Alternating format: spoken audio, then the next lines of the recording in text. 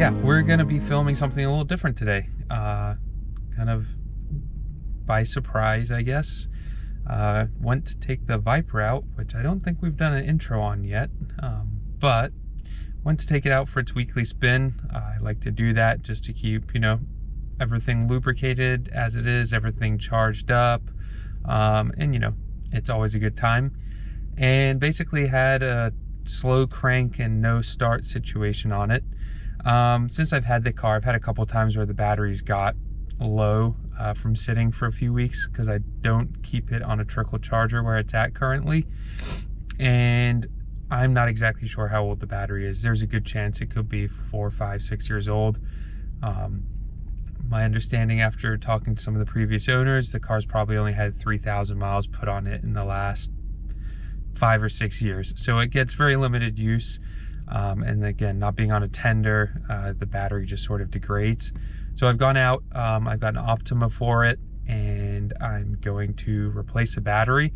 Thought I'd share this with you as the battery location on a Gen 2 Viper is in a unique location, not the easiest to get to. So I thought I'd film it.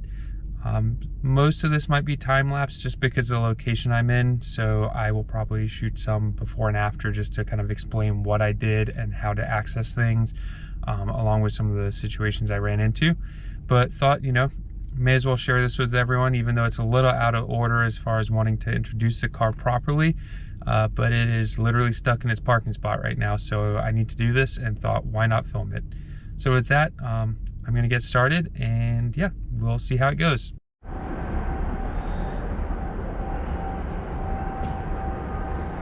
So, fun fact, the battery on a Gen 2 Viper is located right in here behind the back wheel. So we're gonna have to raise the car up and get the back wheel off, and there's a cover plate in here to access the battery.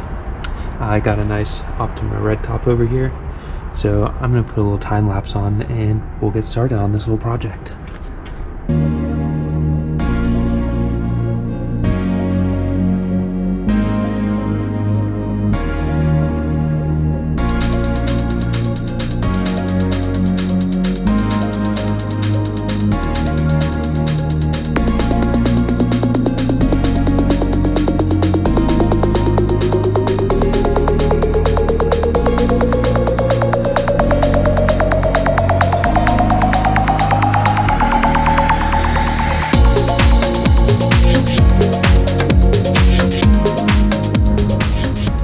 Alright, well, here we are.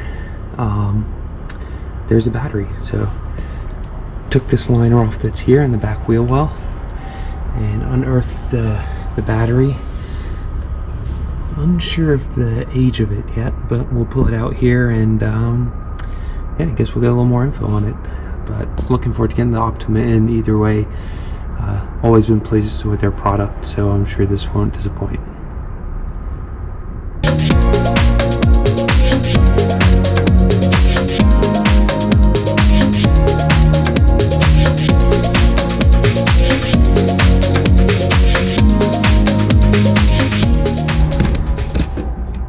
Alright, well, let's see if we can do this.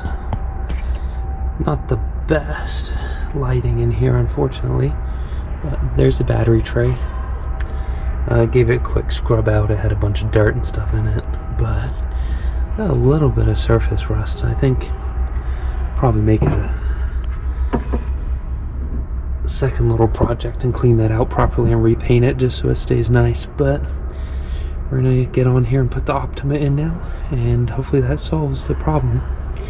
Thought this was a fun fact. Battery's more than 10 years old, so definitely past due. Surprised it lasted as long as it did.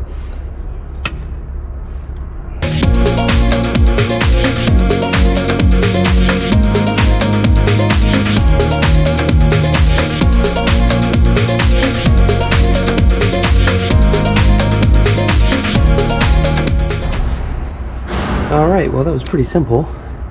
The Optima's in, fit nicely, mounted up. So we're just going to put the cover back in, get the wheel on, and we'll be done.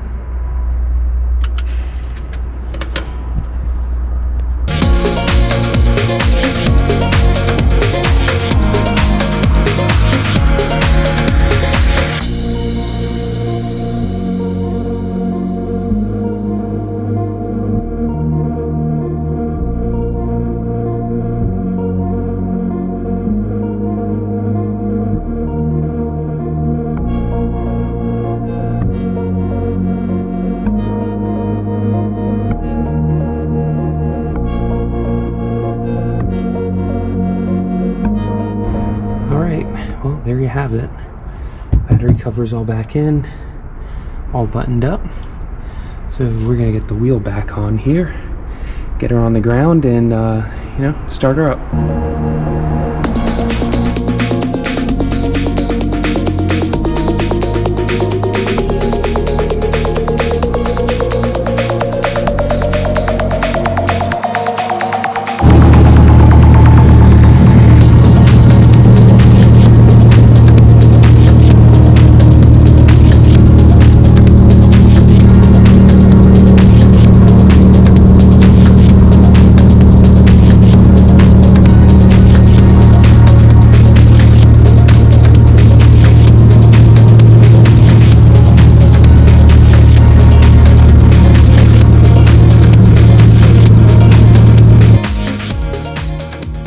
Well, that was entertaining. Honestly, not that bad. Admittedly, I knew where the battery was going into this, so, you know, there wasn't really any hunting down, but, you know, the joy of 90s technology, not really much in the way of things in the way, minus a wheel. So, yeah, you know, I did this kind of on a lunch break, and it took maybe an hour with filming, so really not too bad.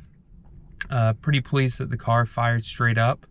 I have read that it's smart, if you're going to do this, to unlock the car first before changing the battery.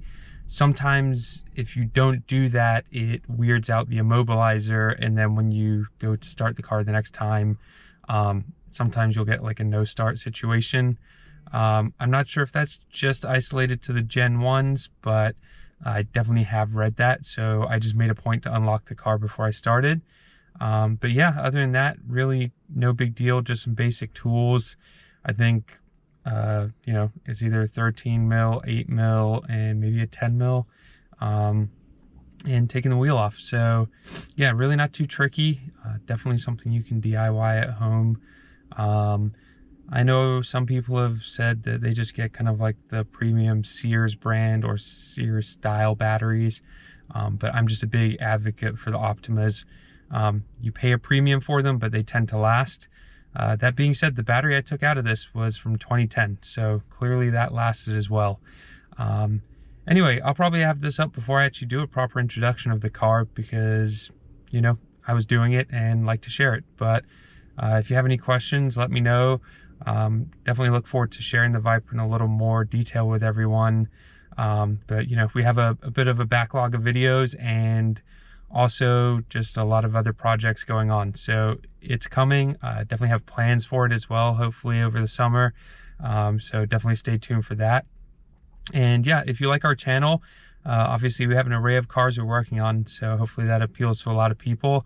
But definitely, you know, like, subscribe, comment, give us your feedback. You know, it's all greatly appreciated, and it's your support that really makes us keep sharing this with everyone, so definitely appreciate it. And stay tuned for the next video coming up. We try to post every Thursday, so